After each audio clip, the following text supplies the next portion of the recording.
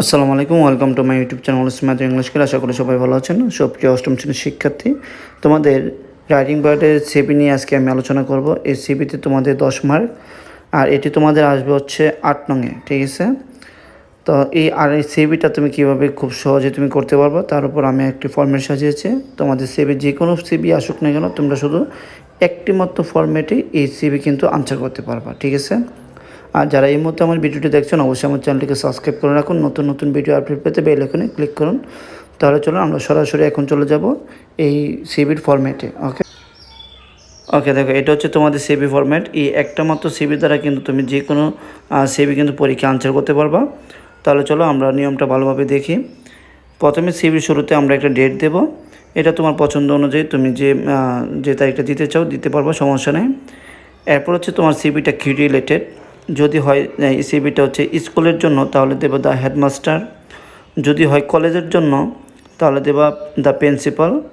আর যদি হয় অন্য কোনো প্রতিষ্ঠান, তাহলে তুমি এটা দেবা দ্য ম্যানেজার। ওকে, তাহলে দেখো এখানে এরপর লিখতে হবে প্রতিষ্ঠানের নাম দেওয়ার পর হচ্ছে ঠিকানা দেবা। এরপর হচ্ছে তোমাদের সাবজেক্ট হচ্ছে ফর দ্য পোস্ট অফ, যে পদের জন্য তোমাকে সিবিটা লিখতে হবে ওই পদের নামটা এখানে তুমি জাস্ট বসায় দেবা। ওকে, এরপর হচ্ছে তোমার sir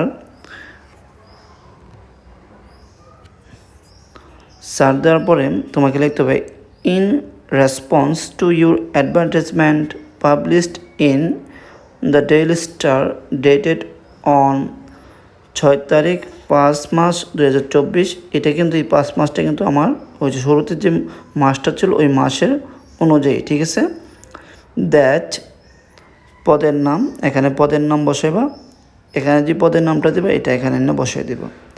is going to be posted in your প্রতিষ্ঠানের নাম, ঠিক আছে? ওই যে উপরে যে প্রতিষ্ঠানের নামটা দেবা এটি কিন্তু এখানে দিতে হবে।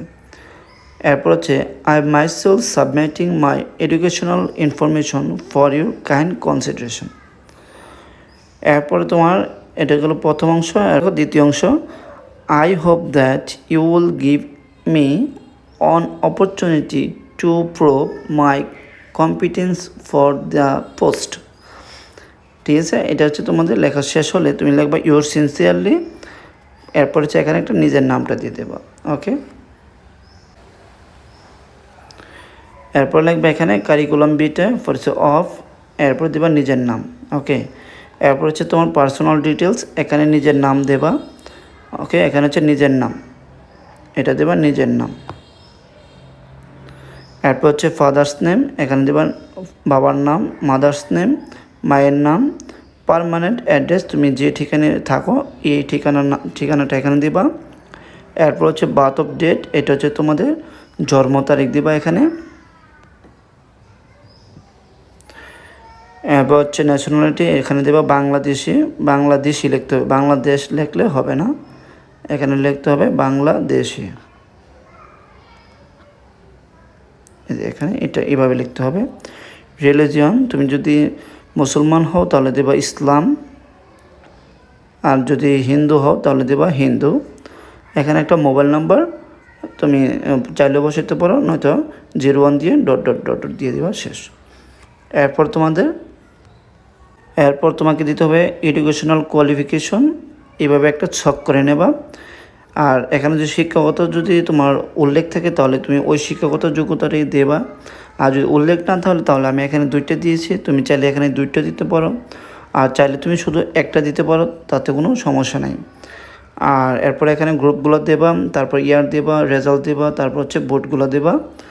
এরপর সর্বশেষ এখানে দেবা computer skill, computer course on MS word, mail, internet, ঠিক আছে? এরপরে তোমাকে যদি রেফারেন্স লাগে তুমি রেফারেন্সও দিতে পারো। এখানে তুমি রেফারেন্স লিখবা, ঠিক আছে? রেফারেন্স লিখে এখানে যে কোনো 2জন ব্যক্তির নাম লিখে দেবা, সিনিয়র কোনো 2জন ব্যক্তির নাম লিখবা। এখানে লেখার পরে তাদের মোবাইল নাম্বারটা সাথে দিয়ে দেবা। এটা হচ্ছে তোমাদের রেফারেন্স।